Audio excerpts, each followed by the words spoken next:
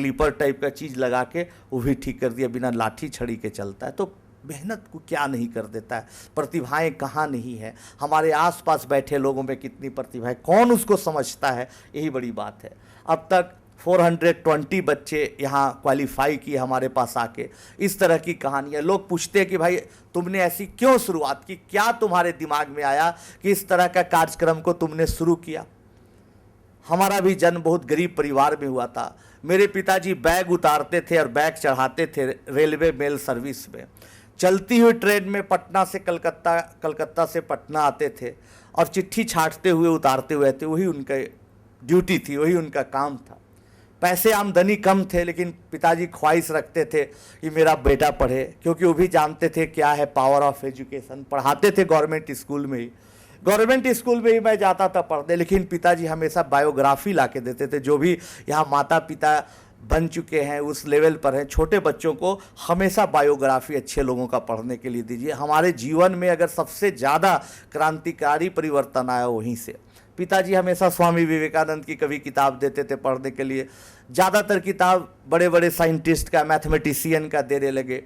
पढ़ते पढ़ते 5th 6th तक मुझे लग गया कि नहीं, मुझे भी कुछ अच्छा करना है, मुझे भी या तो मैथमेटिशियन, साइंटिस्ट कुछ बनना है। वही मेरा हीरो हो गया। क्रिकेटर, फिल्म स्टार मेरा कोई हीरो नहीं था। बाद में फिर 10th पास करने के बाद पटना में जो भी थोड़ा सा पैसा था दिल्ली चला जाता। आप तो जानते हो वहाँ यूपीएससी का कितना माहौल है, या आईआईटी के लिए या मेडिकल के लिए सब लोग दिल्ली चले जाते थे उस ज़माने में। हमारे पास पैसा नहीं था, हम पटना यूनिवर्सिटी में ही रह गए, लेकिन मैथमेटिक्स में इंटरेस्ट था। पढ़ते गए तो हमें भी एक टैलेंट मेरा पहचाने वहाँ के head of department DP Verma साहब और मोहम्मद साहबुद्दीन। वो दोनों ने मुझे अलग से पढ़ाना स्टार्ट किया। और जब मैं अंडर ग्रेजुएट स्टूडेंट था, उसी समय मेरे 5 पेपर लंदन मैथमेटिकल गजट में पब्लिश हो गए। वो 5 पेपर जब इतनी कम उम्र में पब्लिश हुआ, लोगों में चर्चा बनी, अखबार में बातें आई। लंदन से एक प्रोफेसर BW ब्रायंट थे, उन्होंने लिखा कि मैं कैम्ब्रिज यूनिवर्सिटी से लिख रहा हूँ। कहने का मतलब कैम्ब्रिज यूनिवर्सिटी से उन्होंने ऑफ़र दिया हायर एजुकेशन के लिए, फुल स्कॉलरशिप था, लेकिन हमारे पास इतने भी पैसे नहीं थे कि हम कैम्ब्रिज जाके पढ़ सके। हवाई जहाज़ का भी खर्चा नहीं था, किराया नहीं था। मेरे दोस्तों, हमारे पिताजी बहुत खुश थे कि बेटा जा रहा है पढ़ने, इंग्लैंड जाएगा, बहुत खुश थे। लेकिन साथ में 2-4 दिन बाद ये दुख आया कि जाएगा कैसे। 60,000 रुपया था उस समय किराया, रिटर्न टिकट ही दे रहा था। फिर भी एक तरफ का भी उस जमाने में भी था 40-50 हज़ार रुपया शायद, या 60,000 कुछ होगा अभी। उसके बावजूद भी वहाँ कुछ थोड़ा नॉमिनल 1 महीना का हॉस्टल फ़ी, कुछ कपड़ा वगैरह, कुछ ये सब लेके जाना था। 1 लाख का बजट था, लेकिन 1 लाख रुपया भी कहीं से कोई मिलने वाला नहीं था। और लोग कहते हैं कि लोग मदद करते हैं। उस दरमियान समाज के एक से एक सच्चाइयों से टकराने का मेरे दोस्तों मौका मिला। बहुत सारे एक्सपीरियंस हुए, हम 2-3 जरूर सुनाना चाहेंगे आपको। पहला एक्सपीरियंस, लोग बोलते हैं भाई कि धर्म बहुत बड़ा है। कुछ नहीं है धर्म, सब चाहे हिंदू हो, सिख हो, ईसाई हो, मुस्लिम हो, क्रिश्चियन हो, पारसी हो, कुछ भी हो, सब एक है। वो पॉलिटिशियन है, उनके धर्म गुरु है, वो इस तरह का माहौल बनाता है कि लोग लड़े और हम फायदा उठाएं। एक था ऐसे ही ऑर्गेनाइजेशन, बोलता था भाई हम लोग ऐसा करते हैं कि लोगों को इंग्लैंड ले जाते हैं। सच में ले भी जाते थे, महीने 2 महीने पर उनका एक ग्रुप जाता था। पिताजी बेचारे सीधे साधे आदमी थे, साइकिल निकाले, हमको आगे बैठा के चलो बेटा। गए हम लोग दोनों को, बोले कि ऐसी ऐसी बात है। तो देखिए, पहले आप अपना धर्म बदलिए, फिर उसके बाद अपना नाम बदलिए, फिर कोर्ट से रजिस्ट्रेशन कराइए, एफिडेविट कराइए, वगैरह वगैरह। बहुत लंबा प्रोसेस बताया, तब हमारे पास आइए, तब हम लोग एप्लीकेशन दीजिए, विचार करेंगे। हम कि छोड़ो अब इतना लंबा क्या, तब तक कहीं टाइम ना निकल जाए, और धर्म बदले क्या, फिर कन्फ्यूज हो गए। अभी बिहार में पिछले कुछ दिनों पहले आप देखोगे कि इलेक्शन था, विधानसभा का चुनाव था। सब टेलीविज़न पर दिखा रहा था कि भाई बीजेपी निकल रही है, फलना पार्टी बहुत बहुमत से है। लेकिन हम लोग जान रहे थे कि कोई नहीं निकलने जा रहा है, क्योंकि जाति पाति का यहाँ पर खेल गजब है। तो सब लोग कास्ट लाइन पर सोचता। यूपी में भी अभी इलेक्शन होने वाला है, सब लोग सोच रहा है कि वो पार्टी निकलेगा, जिसका इक्वेशन कास्ट का मजबूत है वो निकलेगा। कास्ट की बात तो लोग समझते यूपी में, बिहार में, एमपी में बहुत कास्टिज्म है भी, लेकिन सिर्फ वो पॉलिटिक्स के लिए ही। हमारे कास्ट के एक लीडर थे, पिताजी को लोग बोला कि अरे भाई आप जाति के नेता के पास ले जाओ, इतना जातिवाद है तो काहे नहीं मदद करेगा। पिताजी बेचारे चले गए। नेताजी बोले कि आइए आइए आइए, बैठिए बैठिए, चाय भी पिलाए। बोले कि क्या बात है, तो हम लोग सब कागज उगज दिखा के देखिए, तो बोले कि अरे ये तो बड़ा आसान है, हो जाएगा, ये 2-4 दिन में हम आपका काम कर देंगे। 2-4 दिन बाद गए, एक एक फोटो कॉपी रख दीजिए, तो हम लोग रख दिया। 3-4 दिन बाद आए, कहे कि भाई आपका तो काम हो गया, बधाई हो बधाई हो, 1 लाख नहीं आपको 1.5 लाख रुपया मिल जाएगा। हम लोग पूछे पिताजी कहाँ मिलेगा, कौन देगा? फलना फलना बाबू है, वो पैसा आपको दे देंगे, बस करना ही होगा कि उनकी बेटी से आप अपना बेटा का शादी करवा दीजिए। हम एकदम कांप गए कि भाई इस उम्र में देख रहे हैं तस्वीर, ग्रेजुएशन जस्ट खत्म होने वाला था, कहाँ शादी करने जाए भाई। कि नहीं भाई, जान उन बचाए, वहाँ से भागे फिर। फिर उसके बाद कुछ घटनाएं तो ऐसी घटी ना कि उसको फिल्म में अगर दिखाया गया तो आप लोग सब फिल्म देखिए तो लगेगा कि वो लगता है डायरेक्टर या स्टोरी राइटर जो है ना वो बना दिया है थोड़ा फिल्म को अच्छा करने के लिए, थोड़ा जान लाने के लिए, ये फिक्शन टाइप का। लेकिन जीवन में ऐसी ऐसी घटनाएं घटती है, आप लोग भी अपनी उम्र के हिसाब से देखते होंगे, जो कि लगता है फिल्मी है लेकिन वैसी होती है। उस वैसी ही एक घटना बताते हैं। इसी तरह का एक कार्यक्रम था कॉलेज में हमारा, एक बड़ा हॉल में था, एक बुक रिलीज का प्रोग्राम था। तो लोगों ने कहा, बुक रिलीज वाले ने, कि भाई हमारे प्रोफेसर ने कॉलेज के कि चलो उस बुक रिलीज में, वहाँ मंत्री जी आएंगे और शिक्षा मंत्री आएंगे, एजुकेशन मिनिस्टर आएंगे, क्या है 1 लाख रुपया दे देंगे तुमको, तुम सब कागज पत्तर फाइल तैयार रखना। उस समय ईमेल का जमाना था नहीं, सब तैयार किए हुए थे। गए, ऐसे ही बैठे, प्रोग्राम खत्म हुआ, ताली उली बजी, रिलीज हुआ, मंत्री जी भाषण जब निकलने लगे तो प्रोफेसर साहब ने मुझे इंट्रोड्यूस किया कि देखिए हमारी यूनिवर्सिटी का लड़का है, बहुत टैलेंटेड, बहुत अच्छा लड़का है, ऐसा है कि इसको आप मदद करिए। तो क्या मदद चाहिए बताइए? तो ऐसी ऐसी बात है। तो ठीक है बेटा, तुम कल 11 बजे हमारे घर पर आ जाओ, मेरा आवास देखा है, मेरा रेसिडेंस, हवी जी खोज के हम आ जाएंगे। 10 मिनट 15 मिनट बाकी था, पहले ही पहुंच गए, 10-15 मिनट। तब जैसे ही 11 बजा, हमने पर्चा लिख के दिया दरबान को, आनंद कुमार, गणित शोधार्थी, हिंदी में सब लिख के दिया। आपने सर बुलाया था प्रोग्राम में, तो 3 लाइन में लिख के दिया। तुरंत मंत्री जी बुलाए, एकदम फिल्मी दृश्य, बड़ा सा कमरा था हॉल जैसा, 10-12 सफ़ेद पोश लोग बैठे हुए थे कुर्ता पजामा पहनकर, और सब आपस में गप कर रहे थे। अरे भाई वहाँ समस्तीपुर में भी सर बोल रहे थे, समस्तीपुर में इतना वोट है, अरे उस जाति का ज़्यादा दबदबा है, टिकट अगर उसको मिलेगा तो जीतेगा। तो नहीं सर, मुस्लिम का भी वोट वहाँ मायने रखता है। तो यही सब बात कर रहा था कि भाई हम लोग तो इक्वेशन बनाते हैं मैथमेटिक्स में, ये बना रहा है लोग कास्ट का इक्वेशन, धर्म का equation. 5 minute, 6 minute, 10 minute, 20 minute हुआ, हमसे बातें नहीं कर रहे, खाली बोल दिए मंत्री जी बैठ जाओ। तो बड़ा साहस करके बोले, सर प्रणाम था। हाँ प्रणाम, बोलो। सर आप बुलाए थे हमें, एकदम फिल्मी अंदाज में बोले, बुलाया था। मैं उस हर नौजवान को बुलाता हूं जो अच्छा काम करता है, देश का नाम रोशन करता है, उसको मैं बुलाता हूं। तुम्हें भी बुलाया? हम कहे कि भाई ये आदमी चुप हो गया। हाँ बताइए शर्मा जी क्या बोल रहे थे आप?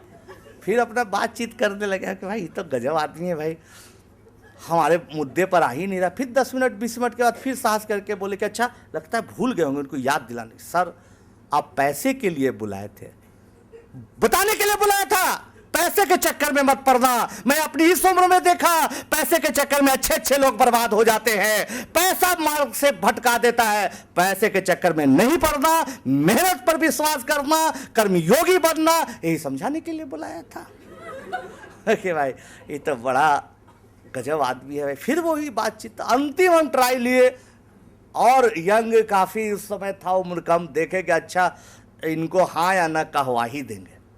फिर हम पूछे 10 मिनट बाद, लास्ट बोले कि सर आप कहे थे सहयोग के लिए विदेश जाना था, सर क्या होगा? सर क्या होगा? अच्छा होगा, जाओ विदेश।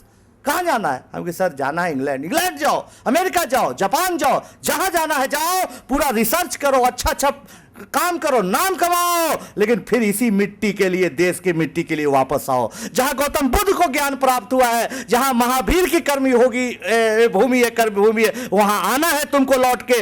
बड़ा आदमी बनो लेकिन अपने रूट्स को, जड़ को ना भूलो। यही समझाने के लिए बुलाया था। तुम समझदार होगे, समझ गए होगे। जय हिंद। हम क्या सर प्रणाम, समझ गए। फिर उसके बाद बड़ा निराश होके हम गए कि छोड़ो, क्या पॉलिटिशियन है भाई। सड़क की उस साइड ठेले पर छोटा सा स्टॉल लगा के चाय बेच रहा था, मंत्री जी के घर के ठीक अपोजिट साइड। बैठ गए वहाँ पर, कहे भाई चाय पिलाइए भाई साहब। चाय पिलाया, बोला वो कि चाय पी के उदास थे। बोला चाय वाला कि ये बेटा कहे तुम रोना रोना चेहरा बना हुआ, लगता है मंत्री जी डांटे हैं क्या, नौकरी के लिए क्या मांगने गए थे? हम कि नहीं भाई ऐसी ऐसी बात है, बताया। गर्म हो गया वो, कौन प्रोफेसर भेजा, उसको इतना भी इल्म नहीं है, इतना भी जानकारी नहीं है, जो मंत्री 4 महीने से उधार चाय पी के मुझे पैसा नहीं देता है, तुम्हारा क्या मदद करेगा। तो ऐसे ऐसे हमारे देश में नेताएं हैं। और याद रखिएगा, भेष बदल लेते हैं, रूप बदल लेते हैं, अपवाद एक दो, एक्सेप्शनली एक दो को बात छोड़ दीजिए, कोई अलग हो गए, सब लगभग वैसे ही होते हैं। हमारा ये अपना निजी अनुभव रहा है। तो खैर 1 अक्टूबर 1994 को कैम्ब्रिज ज्वाइन करना था, लेकिन 23 अगस्त को हमारे पिताजी बहुत चिंतित थे कि भाई अब बहुत कम टाइम बच गया। वहाँ से लेटर भी आया था कि फलना हॉस्टल अलॉट हो गया, यहाँ पर आना है इतना बजे। पहले तो ईमेल का था नहीं ज़माना, 3 महीना 4 महीना एडवांस चिट्ठियाँ चलती थी। पिताजी बड़ा निराश हो चुके थे। बोले कि देखो बेटा क्या बताएं तुमको, हम नहीं हम भेज पा रहे हैं। हम कह रहे आप चिंता मत करिए पिताजी, अरे कोई ना कोई उपाय लगा के जाएंगे, नहीं तो कोई बात नहीं, पटना ही में पढ़ेंगे, यहाँ तक पढ़े ना और आगे बढ़ेंगे। पिताजी से बड़ा दोस्ताना संबंध था, बहुत दोस्ती का। तो हमें कह रहे आप मत सोचिए, तो नॉर्मल हुए, खाना खा रहे थे, खाना खा के हाथ धोए, कुर्सी पर बैठे, हमको लगता है कि 9:30-10 बज रहा होगा, और बोले कि बेटा हम तुमको नहीं भेज सकते हैं। और बोलते बोलते शांत हो गए। हमको लगा क्या हुआ भाई, थक गए, नींद आ गई। हम लोग देखे तो सांस में एकदम खराटा जैसे आवाज़ आने लगी, क्योंकि बहुत घरघराहट होने लगी। हमको लगा तबीयत खराब, क्या हुआ पिताजी। हम लोग लिटाए उनको। फिर हमारा भाई जो उस समय BHU में संगीत सीखता था वो भी आया हुआ था, संयुक्त परिवार था, लोग आए। पूरा स्लम इलाके में मेरा घर, पूरा पानी पानी जल जमाव लगा हुआ, बरसात का महीना अगस्त का। हम पानी में गए, वहाँ वो ऐसा मोहल्ला था कि वहाँ पर कोई डॉक्टर नहीं रहते थे। कंपाउंडर साहब थोड़ी दूर पर रहते थे। बुलाया कि सर देखिए ऐसी ऐसी बात है। कंपाउंडर साहब ने चेक किया, वो तुरंत समझ गए कि आनंद के पिताजी अब इस दुनिया में नहीं है, लेकिन वो बताए नहीं, क्योंकि हम लोगों का उस साला वहाँ क्रिमिनल रहता था, स्लम इलाका था, उसमें हम ही लोगों का परिवार केवल पढ़ता था। तो बड़ा रिस्पेक्ट सब करता था कि पढ़ने लिखने वाला बच्चा है सब। और छोटे उम्र के थे हमारे, और सभी भाई हमसे छोटे थे, चचेरे जितने भाई थे, हमारे चाचा विकलांग थे, उनका बच्चा, सब लोग। तो वो बेचारे टालने के लिए कि अरे पटना मेडिकल कॉलेज में ले जाओ ना, वहीं देखेगा तो बताएगा, शायद ऑक्सीजन देते कुछ बात बन जाए। हम लोगों को ले जाने के लिए कोई साधन नहीं। एक केला बेचता था ठेले पर पड़ोसी, उसी के साथ ले गए। PMCH में कोई सुविधा नहीं थी, वो भी नहीं देख रहा था पिताजी को। हम लोग जब ऊंची आवाज़ में बात किए, पुलिस बुला लिया, बहुत दुर्गति हुई। खैर कहा पिताजी अब तुम्हारी इस दुनिया में नहीं है। समझ लीजिए कि मेंटली हम लोग प्रिपेयर्ड नहीं थे। हम लोग सोच रहे थे कैम्ब्रिज जाना है, हम लोग सोच रहे थे कि कुछ और आगे अच्छा होने वाला है। और पिताजी को ना डायबिटीज़ का, ना किसी तरह का कोई कंप्लेन ही नहीं था। पहले से मान एक्सीडेंट हो जाता या कोई बड़ा मेजर प्रॉब्लम रहता तो आदमी धीरे धीरे मेंटली प्रिपेयर्ड होता है कि वो अच्छा लगता है कि पिताजी गुजर भी सकते। लेकिन अचानक हो जाने से घर की सारी जिम्मेवारियां जो हमारे पिताजी के कंधे पर थी, चाहे बूढ़ी दादी जी थी, चाहे उनके भाई साहब थे जो हैंडीकैप थे, उनके बच्चे थे, सब हम पर आ गई। कैम्ब्रिज जाना तो छोड़ दीजिए, अब हो गया कि यहाँ पर ब्रेड एंड बटर वाली बात हुई, कैसे चलाए। पिताजी के जगह पर गवर्नमेंट जॉब, कलर का, ग्रेजुएशन खत्म हो गया, मुझे मिल रहा था क्लर्कियल जॉब के लिए, तुम फिट हो, तुम आ जाओ। पिताजी के सारे दोस्त स्टाफ समझाए, घर पर आए कि बेटा तुम नौकरी करो। सब लोग बहुत मानते थे, बहुत अच्छे लोग थे। और तुम ऐसा करो कि जब तुम नौकरी करोगे तो तुम्हें काम नहीं करने देंगे, हम लोग 1-8 घंटा आके अटेंडेंस बना देना, ऑफिस में ही कहीं जगह दे देंगे, पढ़ना लिखना फिर कहीं रास्ता पकड़ जाओगे, चल जाता, तो पैसा तो रहेगा। माँ को पेंशन नहीं मिल रहा था, क्योंकि पिताजी एक लोन ले लिए थे बिल्डिंग एडवांस, 2-3 कमरे बना लिए थे, उसी का कर्ज अभी पूरा नहीं हुआ था। उल्टे 11,000 या 18,000 रुपया हम लोगों को देना था। बहुत स्थितियाँ खराब थी। उसी समय हमारे जीवन का बहुत निर्णायक मोड़ था। लोग बताए कि भाई तुम नौकरी करो, नौकरी करे न करे। माता जी पूछी कि बेटा तुमको लगता है कि नौकरी करना चाहिए? हमारा मन तो नहीं करता है। छोटा भाई था, वो भी नहीं करने के लिए तैयार था, उम्र भी छोटी थी। और माँ तो बेचारी हाउसवाइफ थी, 7th पास है, वो भी नहीं कर सकती थी नौकरी। तो हम लोग डिसीजन लिए कि छोड़ो नौकरी। माँ कही कोई बात नहीं बेटा, हम इसी हालात में, माँ हमारी पापड़ बनाती थी, पापड़ सुखाती थी, हम दोनों भाई उसको बैग में लेके झोले में लेके सड़क पर पापड़ 2 घंटा 3 घंटा शाम को बेचते थे। दिन भर माँ पापड़ बनाती थी, उससे जो आमदनी होती थी, उससे जो इनकम होता था, हम लोग का घर का दाल रोटी उसी से चलते था। 2 साल 3 साल के बाद हमारे भाई ने बोला कि क्यों नहीं भाई, आप में मैथमेटिक्स पढ़ाने का स्किल है। हमारे टीचर जिनको हमने घेरे हुए उसमें देखिएगा, वो भी बोले सर्किल किया कि भाई क्यों नहीं पढ़ाते। तो हम लोग अपने शिक्षकों के राय से एक रामानुजन स्कूल ऑफ मैथमेटिक्स का शुरुआत किया। 20 साल हो गए लगभग पहले शुरुआत किया और पढ़ाने लगे कुछ बच्चों को, स्लम के बच्चों को। तो आप एक बहुत अच्छी बात पर, पहले 2 बच्चा को पढ़ाया, 2-4 दिन बड़ा अच्छा से पढ़ा, 5वां दिन वो भाग गया। तो भाग गया तो कॉन्फिडेंस लूज हो जाता है ना, लगता है कि हम ही क्या ख़राब पढ़ा रहे हैं भाई। फिर उसके बाद हम सोचे कि भाई अब तो बड़ा ख़राब हुआ, कॉन्फिडेंस लूज कर गया, लगता है कि पिताजी वाला नौकरी कर ही ना पड़ेगा, या तो फिर पूरा पढ़ाई पूरी हो जाती है PhD वगैरह, तब लेक्चरशिप के लिए कहीं अप्लाई करेंगे। फिर रीस्टार्ट किया, फिर 3-4 लड़का को लाया, फिर भाग गया। फिर तीसरी दफ़ा जब लाया 2 बच्चों को, समझा बुझा तू पढ़ने लगा। अब पढ़ते पढ़ते पढ़ते पढ़ते बहुत मेहनत किया और 2-4 महीना में ही हमारे पास बच्चे बढ़ते बढ़ते 5-6 महीना में 40 बच्चे करीब हो गए। 40 बच्चे हो गए तो एक रिपुटेशन बना, as a mathematics teacher famous हो गया। कोई पैसा नहीं देता था, एक डब्बा था, कोई 10 रुपया, कोई 20 रुपया, कोई नहीं था खर्चा। इस रूम को एक रेंट पर लिया था, बगल का एक स्कूल खाली रहता था उसी में। लेकिन अगले 3 सालों में हमारे पास मोर देन 500 स्टूडेंट हो गए और हर स्टूडेंट 500 रुपया, 500 रुपीज़ पर ईयर, जो बहुत कम था उस ज़माने में भी, पे करता था। लेकिन 500 गुने 500 ही हमारे लिए बहुत पैसा था और ऐसा 2-3 साल हमने कमाया। तो हमारी जो एकदम बेसिक चीज़ें थी वो हो गई। घर में बोरिंग करवा लिया पानी के लिए, हमने घर में 5-6 कमरे और ऊपर बनवा लिया, एक सेकेंड हैंड मारुति खरीद लिए, तो सब चीज़ें हो गई थी। अब था, और अब हज़ारों बच्चे पढ़ना चाहते थे, टेस्ट लेके हम बच्चों को पढ़ाते थे। अब धीरे, पहले तो बैंकिंग के लिए, क्लर्कियल के लिए पढ़ाते थे। अब एक आध स्टूडेंट, मेरा पहला बैच का कई स्टूडेंट, एक स्टूडेंट तो पहला बैच का आज नहीं बुला पाए, व्यस्तता में ध्यान से भी उतर गया, अभी याद आई बात। मनीष चंद्रा, यहाँ बहुत बड़ी कंपनी खोले हुए, उसमें करीब 300 लोग सॉफ्टवेयर बनाते हैं। एक स्पेसी पहला बैच का बच्चा एक है जो रामानुजन में पढ़ाया था, जो अभी मॉस्को में काम कर रहा है। एक बच्चा लंदन में कर रहा है, कई इंडिया के अच्छे अच्छे जगहों पर, कोई वकील बन गया, कोई बैंक PO बन गया, सब पढ़ाते थे, सब अच्छा किया। 5 सालों में काफ़ी हाई रिपुटेशन बन गया। फिर एक मोड़ आया, जैसे पिताजी गुजर गए थे तो व्हाट विल बी नेक्स्ट, इसी तरह का फिर एक मोड़ आया कि अब क्या करें, क्योंकि कोटा में उस समय IIT का कोचिंग पूरा तेज़ी से खुल रहा था, बढ़ रहा था, दिल्ली में खुल रहा था। लोग जानते थे कि Anand Kumar as a mathematics teacher famous हो गया, तो लोग बोलते थे आओ हमारे यहाँ पढ़ाओ, इतना रुपया देंगे, इतना रुपया देंगे। कुछ लोग पार्टनरशिप 10-20% का भी बोला कि देंगे, परसेंटेज देंगे, आओ। उसी समय एक बच्चा हमारे यहाँ अभिषेक आता है, बोलता है कि सर हम आप जो 500 लेते हैं वो हम देंगे सर, लेकिन जब पिताजी खेतों से आलू निकालेंगे तब, अभी हम नहीं दे पाएंगे। हमें ठीक है, कोई बात नहीं, पढ़ो, बाद में दे देना, मत देना। नहीं नहीं सर, देंगे तो जरूर।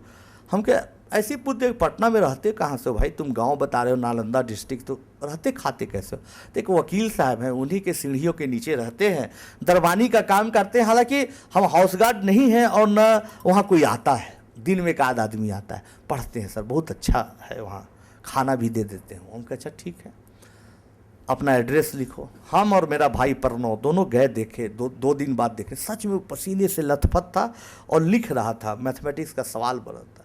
घर आए, सोचे कि भाई क्या करना चाहिए, हम पैसा भी कमा लिए, थोड़ा बहुत आमदनी भी हो रही है, अब लाइफ का क्या अगला होना चाहिए, क्या सच में कोटा चला जाना चाहिए, क्या करना चाहिए, सोच रहे थे। फिर लगा कि नहीं, ऐसे ही बच्चों को चुनना चाहिए। हमारे अगल बगल कंपनी में, आपके कंपनी में हर जगह प्रतिभाएं भरमार हैं, किसको चुने, खोजे। ऐसी खोज के टेस्ट लेके, बात करके गरीब बच्चों को, 30 बच्चों को जुटाया। तब हमने मेरा भाई प्रणव है, उस जमाने की तस्वीर है, तब हमने सुपर 30 प्रोग्राम आज से 15 साल पहले शुरुआत की। माँ भी बोली कि ठीक है, जब तुम बच्चों के लिए इतना सोच रहे हो, पापड़ बनाना मैं बंद कर देती हूँ। हम ऐसा करते हैं कि हम बच्चों के लिए खाना बनाएंगे, तुम पढ़ाना। हमारे 2-3 स्टूडेंट जो पिछले 5 वर्षों में पढ़कर तैयार हो गए थे, उन्होंने कहा कि हम ऐसा करते हैं बेटा कि माँ बोली खाना बना ही रहे, उन लोगों से बात करो, तो वो लोग भी तैयार हो गए। हो रहा है काहे कि बेटा को मेरा एक दिन जाना था बाहर कैम्ब्रिज, पैसा का अभाव में नहीं जा पाया। आज बच्चे लोग को मैं खाना बनाकर खिलाती हूँ, आईआईटी करके मेरे यहाँ से जाता है, हमको बहुत खुशी होता है, लगता है मेरा ही बच्चा सब है। ये अपना न हुआ तो दूसरों को होना ही चाहिए। तो माता जी खाना बनाने लगी, मेरे पुराने विद्यार्थी लोग पढ़ाने लगे फिजिक्स केमिस्ट्री, मैं मैथ पढ़ाने लगा, और करते करते बहुत अच्छा हुआ, माहौल अच्छा हुआ। हमारे यहाँ हिंदू रहे मुस्लिम रहे, सब लोग साथ बैठकर खाना पीना खाते हैं। ईद में कोई जाता नहीं है मुस्लिम स्टूडेंट अपने घर, कहता है नहीं सर सब पर्व आपका साथ मनाते हैं, हम भी मनाते हैं। हम लोग भी टोपी वोपी पहन लेते हैं अपना, देखते हैं कि जब नेता इफ्तार पार्टी दे रहा है तो चलो हम लोग भी दे देते हैं। वोट के लिए देता है हम लोग, चलो हंसी मजाक भी हुआ, खाना पीना भी चला, और जो भी माँ से बनता है बनाती है। आप सबसे लेफ्ट में देख रहे हैं हमारी वाइफ है, खाना बनाने में साथ देती है, पढ़ाने में भी साथ देती है। आईआईटी से पढ़ाई पूरी की है हमारी वाइफ, और आईआईटीएन होने के बावजूद भी बहुत अच्छी स्वभाव की है। और ये आप ही के शहर में, यहाँ बेंगलोर में विप्रो में 5-6 साल नौकरी की थी आईआईटी क्वालिफाई करने के बाद।